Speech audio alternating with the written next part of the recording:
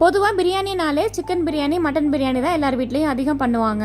இப்போ சிக்கன் மட்டன்லாம் வாங்காத டைமில் சட்டுன்னு ஏதாவது பிரியாணி செஞ்சு சாப்பிடணும்னு தோணுச்சுன்னா இந்த டேஸ்டியான முட்டை பிரியாணியை ட்ரை பண்ணுங்க. இதே மெத்தடில் செஞ்சு பாருங்க, டேஸ்ட் அட்டகாசமாக இருக்கும். வாங்க எப்படி செய்யறதுன்னு பார்க்கலாம். இது பண்ணுறதுக்கு நான் 2 கிளாஸ் பாஸ்மதி அரிசி எடுத்துக்கிறேன். இதில் தண்ணி சேர்த்துட்டு 2-3 தடவை நல்லா கழுவி சுத்தம் பண்ணி எடுத்துக்கலாம். ஃபர்ஸ்டே நல்லா அரிசியை கழுவிட்டு ஊற வச்சுக்கணும். அரிசி நல்லா ஊற விட்டு கழுவணும்னா அரிசிலாம் உடஞ்சிரும். இப்போ நல்லா கழுவியாச்சு. தேவையான அளவு தண்ணி சேர்த்துட்டு ஒரு 1/2 மணி நேரம் நல்லா ஊற விட்டுருவோம். அடுத்து நான் ஒரு 5 முட்டையை வேக வச்சு எடுத்திருக்கேன். எல்லா முட்டையும் நம்ம ஸ்லிட் பண்ணி எடுத்துக்கலாம். அடுத்து ஒரு பேனில் 1 டேபிள் ஸ்பூன் ஆயில் சேர்த்துட்டு 2 மீடியம் சைஸ் வெங்காயத்தை ஸ்லைஸாக கட் பண்ணி சேர்த்துக்கிறேன். நல்லா ஃப்ரை பண்ணி எடுத்துக்கலாம்.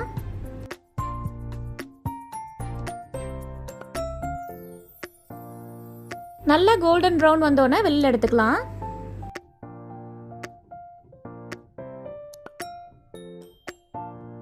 அவ்வளோதான், ஃப்ரைட் ஆனியன் ரெடி ஆயிடுச்சு. அடுத்து அதே பேனில் 1/4 டீஸ்பூன் மஞ்சள் தூள், 1/4 டீஸ்பூன் மிளகாய் தூள், 1/4 டீஸ்பூன் உப்பு சேர்த்து மிக்ஸ் பண்ணிப்போம்.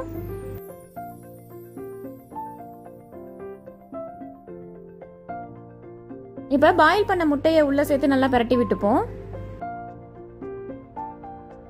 இந்த மசாலா எல்லாம் முட்டையில நல்லா கோட் ஆகுற மாதிரி ஒரு 2 மினிட்ஸ் நல்லா ஃப்ரை பண்ணிட்டு எடுத்துக்கலாம்.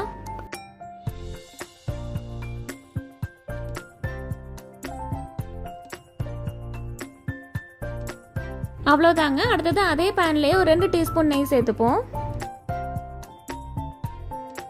கூடவே கொஞ்சம் பட்டை, 2 கிராம்பு, 2 ஏலக்காய், ஒரு ஸ்டார் அனீஸ், ஒரு பே லீஃப் சேர்த்துக்கலாம்.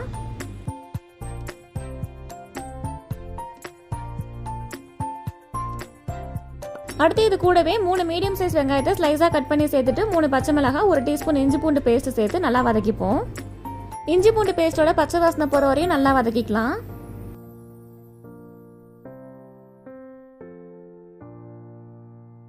இந்த அளவு வதங்கி வந்தோன்னா 2 தக்காளியை கட் பண்ணி சேர்த்து நல்லா வதக்கிட்டு ஒரு கையளவு புதினா, ஒரு கையளவு கொத்தமல்லி இலை சேர்த்துக்கலாம்.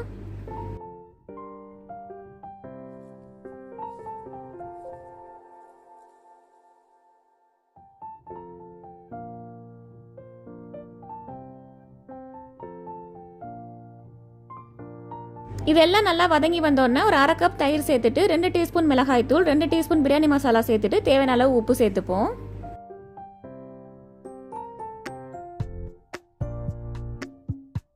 இது எல்லாத்தையும் நல்லா மிக்ஸ் பண்ணி விட்டுட்டு மசாலாவோட பச்சை வாசனை எல்லாம் போய் எண்ணெய் நல்லா பிரிஞ்சு வந்தோன்னே தண்ணி சேர்த்துக்கலாம். நான் 2 கிளாஸ் பாஸ்மதி அரிசி எடுத்திருக்கேன். 1 கிளாஸ்க்கு 1.5 கிளாஸ் தண்ணி சேர்க்கணும். ஸோ நான் 3 கிளாஸ் தண்ணி சேர்த்துருக்கேன். இப்போ இந்த டைமில் உப்பு கம்மியாக இருந்தால் செக் பண்ணி பார்த்துட்டு உப்பு ஆட் பண்ணிங்க. இந்த தண்ணியை டேஸ்ட் பண்ணி பார்க்கும்போது கொஞ்சம் கரிக்கிற மாதிரி இருக்கணும். அப்போதான் ரைஸ்லாம் சேர்த்தோன்னே பிரியாணியில் உப்பு கரெக்டாக இருக்கும். இது கூடவே ஒரு லெமனோட ஜூஸ் ஆட் பண்ணிங்க. பாருங்க, தண்ணி நல்லா கொதிக்குது. இப்போ ரைஸை ஆட் பண்ணிக்கலாம். இப்போ இதை அப்படியே மெதுவாக மிக்ஸ் பண்ணி விட்டுருவோம். இது அப்படியே மீடியம் ஃப்ளேமில் அப்படியே கொதிக்கட்டும். அரிசியும் தண்ணியும் ஈவனாக வந்தோன்னே முட்டையை சேர்த்துக்கலாம்.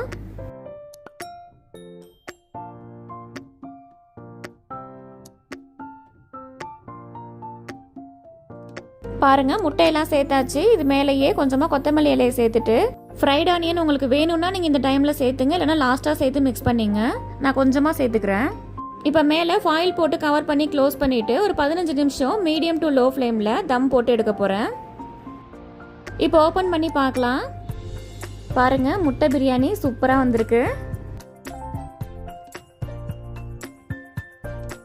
பாருங்க, ரைஸ்லாம் நல்லா வெந்து உதிரி உதிரியாக சூப்பராக வந்திருக்கு. அவ்வளோதாங்க, சூப்பரான முட்டை பிரியாணி ரெடி ஆயிடுச்சு. டேஸ்ட்டும் அல்டிமேட்டாக இருந்தது. கண்டிப்பாக நீங்களும் ட்ரை பண்ணுங்க. வீடியோ பிடிச்சிருந்தா மிலாவிங்ஸ் சேனலை சப்ஸ்கிரைப் பண்ணி சப்போர்ட் பண்ணுங்க.